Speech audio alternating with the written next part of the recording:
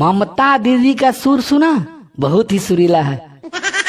ममता दीदी का सुर सुना, बहुत ही सुरीला है। कौन मजाक उड़ा रहा कि उनकी आवाज बहुत जहरीला है। लता जैसी आपकी आवाज है ना, गा रही कि रो रही है फर्क समझ में आता नहीं। गा रही कि रो रही है फर्क समझ में आता नहीं। बहुत पुरानी गायक हैं, पूरे देश को पता नहीं। इतनी खूबसूरत आवाज मिली है, इतनी खूबसूरत आवाज मिली है, सब कुदरत की ही लीला है। कौन मजाक उड़ा रहा कि इनकी आवाज बहुत जहरीला है। लता जैसी आपकी आवाज है ना, कान बंद कर गाना सुनिए, बहुत ही आनंददायक है। कान बंद कर गाना सुनिए, बहुत ही आनंददायक है।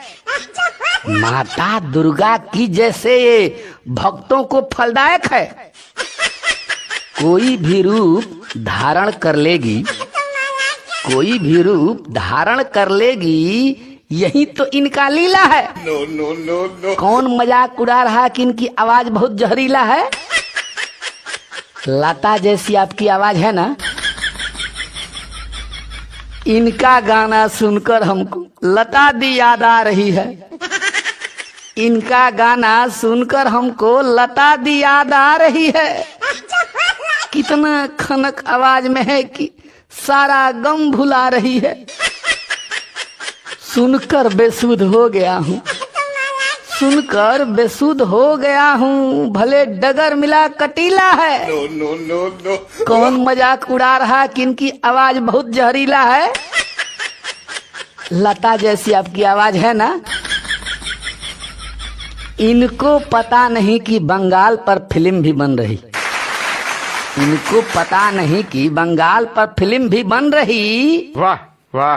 पहले ही केरला स्टोरी पर भड़क भड़क कर तन रही। बांग्लादेशी घुसपैठियों से, बांग्लादेशी घुसपैठियों से इनका चलता रसलीला है। कौन मजाक उड़ा रहा कि इनकी आवाज बहुत जहरीला है। लता जैसी आपकी आवाज है ना, ममता दीदी का सुर सुना, बहुत ही सुरीला है। कौन मजाक उड़ा रहा कि इनकी आवाज बहुत जहरीला है। लता जैसी आपकी आवाज है ना,